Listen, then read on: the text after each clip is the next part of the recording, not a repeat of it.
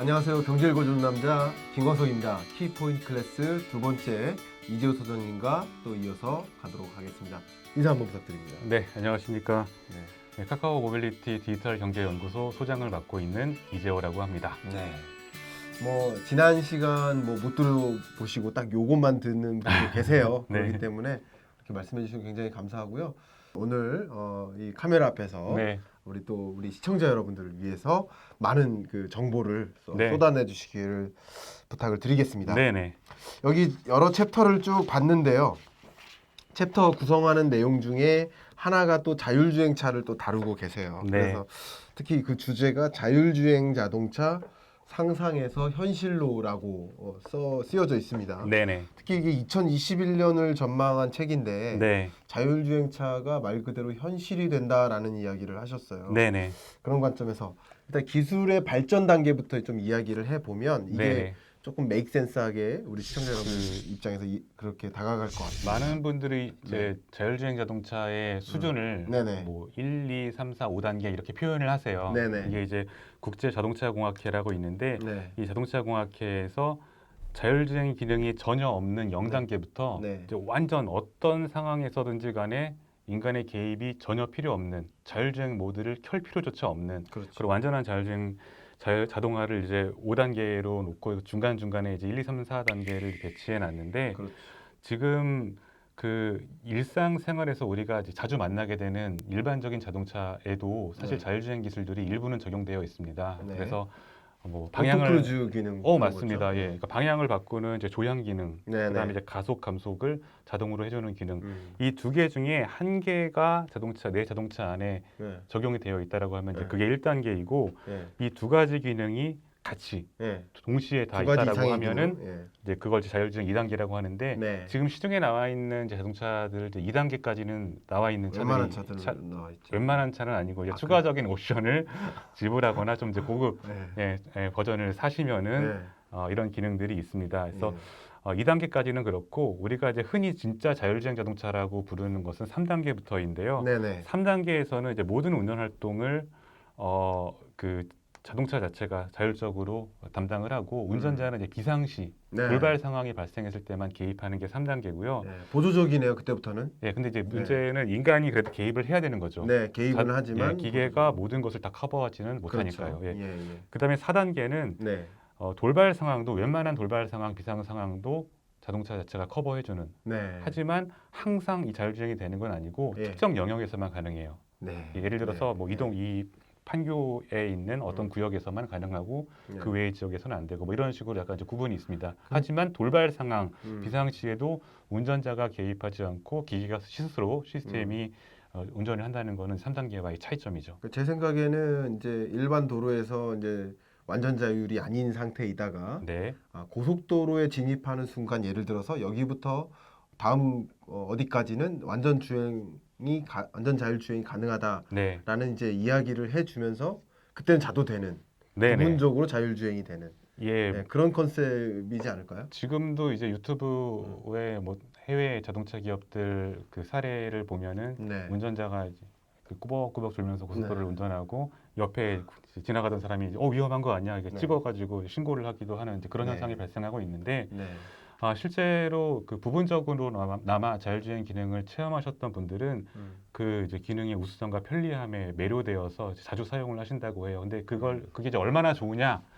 일반인들은 사실 아무리 설명을 해드려도 알 수가 없어요. 그렇죠. 우리가 스마트폰 처음 나왔을 때 네. 스마트폰 한 번도 사용해 보지 않으신 분한테 네. 이게 되게 좋아요. 아. 이런 것도 되고 저런 것도 되고 네. 다 돼요. 라고 네. 설명해봐야 예. 실제 경험해 보기 전에는 잘 체감을 하지 못하잖아요. 네. 좀 비슷한 시기의 이제 변화가 지금 일어나고 있다고 생각하시면 되고요. 예. 기술적으로는 지금 이제 잘하는 회사들은 3단계에서 4단계 초반까지는 기술을 가지고 있다. 네. 예, 그러니까 기술 수준이 굉장히 빨리 올라오고 있다. 그다음에 또 상향 평준화되고 있다. 오케이. 이렇게 좀 이해하시면 좋을 것 같습니다. 그러면 이쯤에서 많은 분들이 관심 갖는 게 자, 그럼 어떤 기업이냐? 네, 어떤 기업이 특히 이 자율주행 기술 분야에서 앞서가고 있느냐? 이런 부분들일 것 같아요. 네, 일단은 그 뭐 각 회사들의 기술 수준을 우리가 정확하게 알 수는 없어요. 네. 어떤 부분은 좀 영업 기밀이기도 하고 네. 이런 것들을 이제 모두 체험하면서 평가할 수 있는 사람도 사실 없고요. 네. 그래서 부득이하게 이제 해외의 여러 리서치 기관에서 네. 매기는 순위를 우리가 종종 재미로 네. 참고하는데요. 2020년 3월에 그 네비건트 리서치라는 그 회사에서 네. 발표한 얼마 안 됐네요. 예. 예. 그 자율주행 기술 수준 평가에 따르면은 네. 구글의 네. 웨이모, 구글 웨이모. 예, 구글 자회사인 웨이모가 가장 기술적으로 앞서 있다. 그리고 이제 완성차 기업 중에는 그 네. 뒤를 이어서 포드와 GM, 제네럴 모터스, 크루즈라는 자율주행 자회사를 가지고 있는데 네. 이 두 회사가 그 뒤를 따르고 있다. 이렇게 네. 이제 평가를 하고 있습니다. 네. 재밌는 거는 일반적인 이제 완성차 업체들은 아주 네. 예전부터 사실 자율주행 기술을 개발하고 싶어서 굉장히 노력을 많이 했어요. 네네. 자율주행 자동차는 아무래도 일반 자동차보다는 가격이 약간 비싸겠죠. 높겠죠. 예. 예, 그래서 예. 그 비싼 만큼 어차피 자동차 회사의 추가적인 부가가치이기 때문에 네. 자율주행차 어떻게든 이제 빨리 만들어가지고 대중화 상용화 시키려고 노력을 했습니다. 네. 그런데 또 한쪽에서는 이제 정보통신 서비스 기반의 기업들, 아까 말씀드린 구글도 그렇고, 뭐 중국의 바이두나 네. 아니면 이제 조금 결은 다르지만 인텔, 네. 모비라이 뭐 이런 회사들도 전혀 이제 반대쪽 방향에서 네. 자율주행 기술을 개발하고 있었던 거죠. 그래서 음. 전반적으로 보면 이제 지금 두 개의 산업군, 네. 그러니까 전통적인 완성차 회사들 혹은 완성차 회사와 이제 거래를 하던 부품 기업들이 네.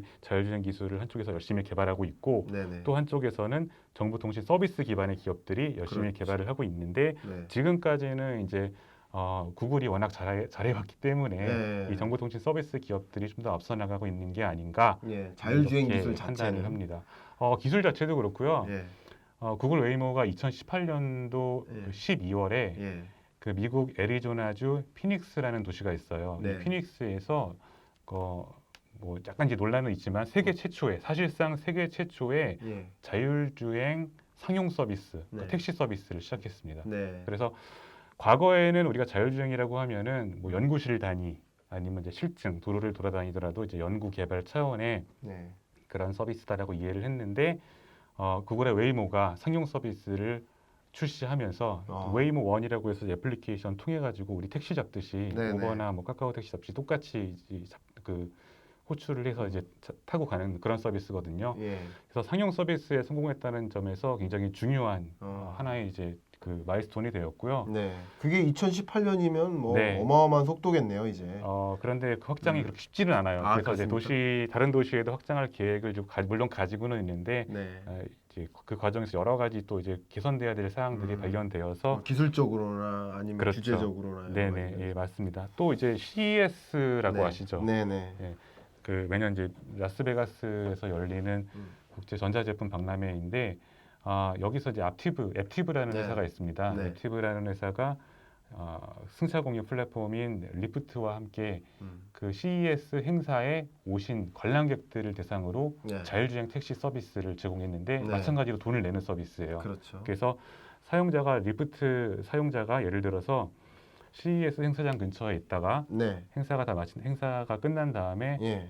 호텔로 돌아가고 싶다. 네. 그러면 앱을 켜가지고 딱 보면은 근처에 자율주행 자동차가 있는데 타보시겠어요라고 물어봅니다. 네. 그럼 CES에 오신 분들은 네. 한번 좀 타보고 싶겠죠. 타보고 싶죠. 예, 그래서 타겠습니다. 누르면 이제 자율주행 자동차가 오고 예. 실제로 이제 그 차를 탑승하고 네. 승객들이 이제 호텔로 돌아갈 수 있는 그런 서비스를 매년 CES 기간 동안 하고 있고요. 네. 올해도 이제 많은 분들이 실제 자동차를 타보셨는데 예. 매년 기술 수준이 좀 올라가겠죠. 조금씩 네네. 올라가서 네네네. 올해는 일반 진짜 사람이 운전하는 자동차와 음. 크게 다르지 않을 정도로 네. 운전 실력이 뛰어났다. 이제 그런 네. 평가를 하고 계십니다.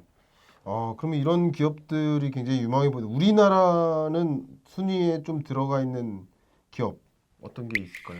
지금 우리나라 기업은 사실 순위에 계속 없었는데 네네. 현대자동차가 방금 말씀드린 네. 앱티브라는 회사와 이제 자율주행 저희는. 기술 쪽에 합작을 하기로 하고 그렇죠. 그래서 현대자동차도 자체적으로 이제 자율주행 기술을 연구하는 팀이 있었지만 아무래도 네. 이제 앱티브에 비해서는 기술 수준이 이렇게 높지는 않았죠. 네. 이제 이번에 두 개 회사가 같이 합작 법인을 통해서 일을 진행하면서 네. 국내 기업도 수준이 좀 이제 많이 올라가지 않을까 이제 그렇게 음. 기대를 하고 있습니다. 아, 완전 변화된 그 산업의 모습을 볼 수 있는 것 같네요. 네, 모빌리티라는 영역, 교통, 이동과 관련된 이 산업 자체의 거대한 변화, 그런 것이 아닌가 이런 생각을 하는데, 예, 그러니까 자율주행도 그 2020년과 2021년에 네, 또 우리나라에서도 상용화, 대중화 측면에서 되게 중요한 좀 사건이 될 수 있는 게 네, 지난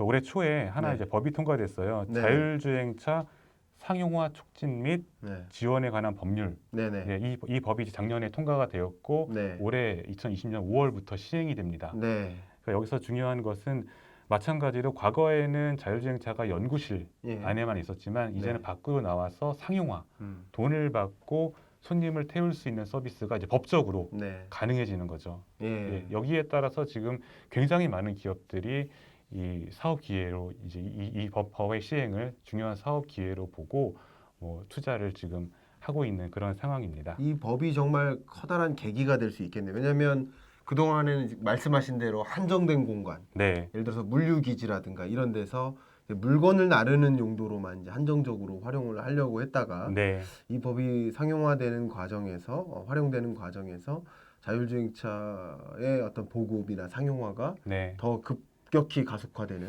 네네. 예, 그러니까 우리가 자율주행 자동차라고 하면은 흔히 네, 사람이 탑승하는 네, 그 승객용 자동차를 많이 생각하시는데 네, 네, 사실은 이제 사람을 태우는 용도보다는 네, 사람을 태우지 않은 음, 그러니까 방금 말씀하신 대로 네, 뭐 물류센터라든가 그렇죠, 네, 제조 공장 현장에서 혹은 산업단지 내에서 네, 어, 그 작업을 하기 위한 그런 용도로 이제 먼저 음, 정착이 될 것이다. 그렇죠, 그 다음번에는 이제 뭐 셔틀버스나 음, 그 사람을 많이 태우는 형태죠. 셔틀이나 이제 음, 버스 형태, 가장 마지막에 이제 택시나 그렇죠, 승용차 형태 이렇게 많은 전문가들이 단계적으로 자율주행차가 확산될 것이다 이렇게 예측을 하고 있는데요. 네, 이번 이제 코로나19 사태와 관련해서도 네, 굉장히 재미있는 뉴스가 하나 있었는데 예, 코로나의 이제 진원지라고 볼 수 있는 중국에서 네, 코로나 사태가 딱 이제 발생하고 나서 그 코로나로 인해 오염된 도시를 이제 방역하고 네, 그 도시에 사는 분들을 위해서 뭐 생활에 필요한 여러 가지 물건이나 뭐 먹을 것들을 이제 배송하는 그런 목적으로 네,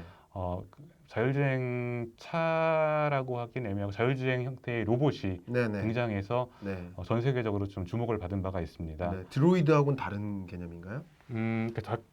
로봇이라고 하면 굉장히 다양한 형태가 예, 있는데 예, 이제 바퀴가 달린 작은 형태, 우리 야쿠르트 아주머니들이 네, 가지고 들고 네, 다니는 그 네, 카트와 굉장히 이제 예, 비슷한 형태인데 예, 그 상단에 어떤 밑에 이제 플랫폼은 동일하고 상단에 어떤 구조물을 넣느냐에 따라서 이게 방역 용도로 사용될 수도 있고 그렇겠네요. 그 다음에 이제 물건 배송용으로 사용될 수도 있고 예, 굉장히 다양한 형태로 활용될 수 있는 이제 음, 그런 서비스가 등장해서 많은 분들의 관심을 갖기도 했는데 네, 이 코로나19로 인해서 이제 비대면 음, 언택트라는 키워드가 굉장히 중요하게 등장하면서 사실 이 코로나 때문에 이 코로나가 어떻게 번질지 모르는 굉장히 그 긴급하고 위중한 상황에서 실제 그 지역에 방역을 하러 사람이 직접 들어가거나 물건 배송을 하러 직접 들어가는 게 굉장히 좀 꺼림칙하잖아요. 이렇게 그렇죠. 사람이 예, 직접 들어갈 수 없는 상황에서 음, 자율주행 차 혹은 자율주행 로봇이 대신 일을 해줬다라는 것은 굉장히 중요한 하나의 그 사건이었다 이렇게 그러네요. 생각을 합니다. 사실 문재인 대통령도 최근에 이제 디지털 뉴딜이라는 것을 우리 정책 방향성으로 이제 가져가고 있는데 그런 것과 함께 이제 코로나19로 인해서 이 보건, 방역 영역을 또 굉장히 크게 강조할 겁니다. 이제 이게 정확히 맞닿는 영역이 또 그런 부분일 것 같아요. 네, 자율주행 기술을 이용한 방역 시스템. 네네, 예. 그래서 실시간으로 이제 방역하는 거죠.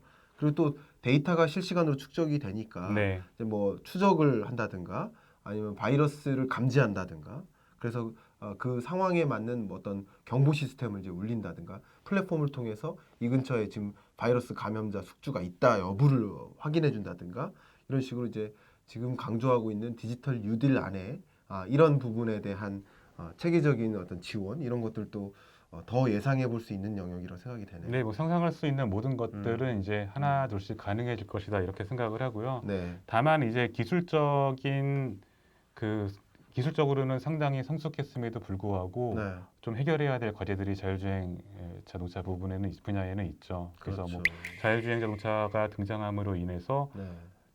혜택을 받는 산업도 있겠지만 네. 또 그렇지 못한 산업도 분명히 있을 수 있고 그렇겠네요. 그 다음에 이제 먼 미래의 일이긴 하겠지만 네. 어쨌든 완전 그 상용화가 이루어져서 버스나 네. 택시의 운전자가 필요 없다 네, 네. 이런 시대가 온다라고 하면은 사실 이제 제일 중요한 건 요즘 경제에서 제일 중요한 건 일자리잖아요.